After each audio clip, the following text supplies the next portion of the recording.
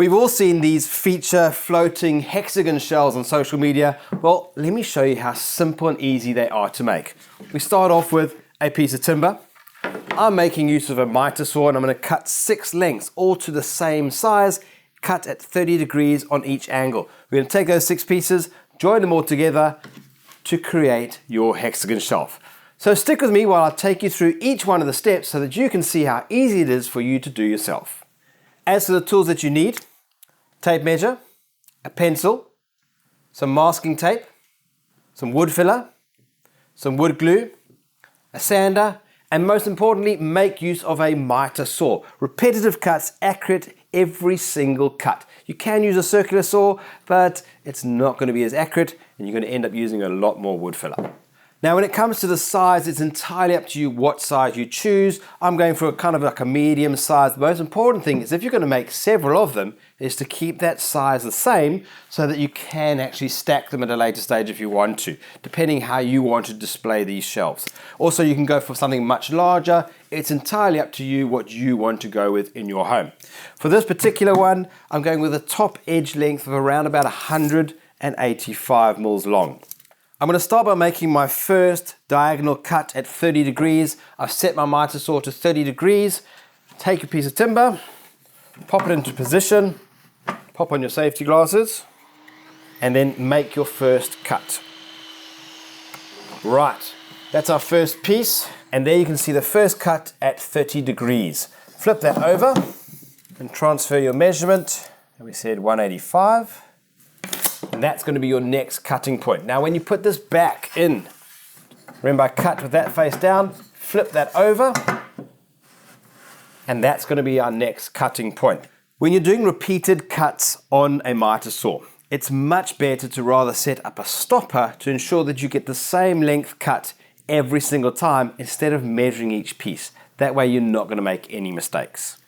Start off by making a cut. Flip the timber and then slide it all the way up to the stopper. Then make your next cut and remove that cut piece.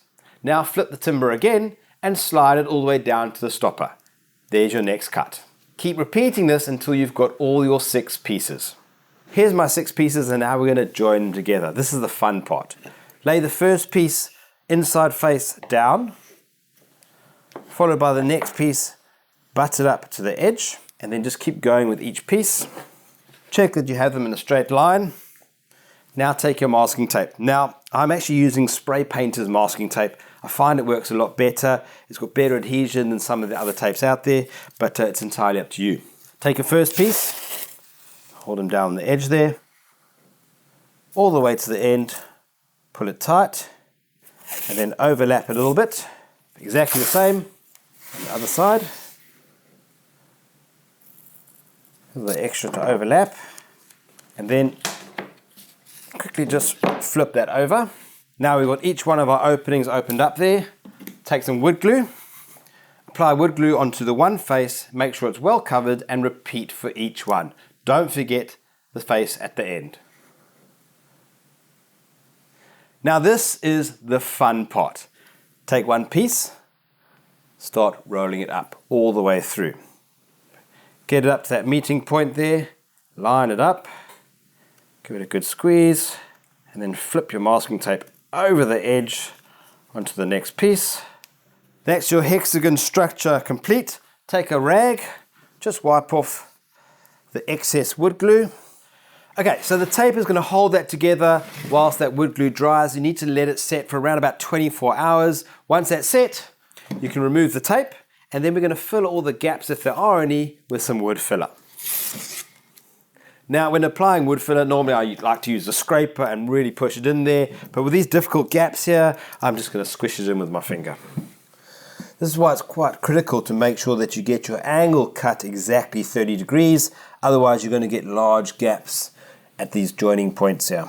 Okay, put that aside to dry. Here's one I've done earlier. As you can see, that's all dried up, and now we're going to sand that down. I'm going to use a 180 grit sandpaper. It's quite fine, but it's perfect for this particular shelf. It's quite soft pine. Try not to round off the corners too much. You want that sharp, crisp corner at each piece. Right, that's our structure complete. It really was simple to do, but it's looking a little bit plain. So what I think I'm going to do is actually go for a two-tone effect. I'm going to stain up the outside, and then I'm going to spray paint on the inside. I've got some Rust-Oleum stain here. Really great stuff. This is an early American, so I'm going to go for a dark outer edge. Now, when using stain, it's very good at staining timber, as well as your hands and fingers. So make use of some gloves. Now, often people apply stain with a paintbrush or a sponge, depending on the stain, but I actually find it better to actually use a rag. And try not to apply too much, but just really work it into the timber and rub it in. And when you're applying stain, please go with the grain of the timber. If you go across it, it's going to leave horrible scratching and scuffing marks. Already that actually looks quite amazing. I'm liking that two-tone effect, but I think what I'm going to do is spray in some chalk paint on the inside of this, and that's just going to add even more character to this floating shelf. So let's mask up that front edge. Now I've got some chalk paint here, really good stuff. I love paint in a can, so much easier to use. I like to use the trigger with a spray can, it just makes it so much easier, much more comfortable. When spraying with a spray can, around about 20 to 30 centimeters away from the surface, and keep that can moving. Don't start because you're going to get pooling and it's going to start running. And apply light, thin coats. You don't need to put all of it down in one go. And guys, when spray painting, make sure it's in a well-ventilated area. Once you're happy with your final coat of paint, it's a good idea to remove the masking tape whilst it's still wet.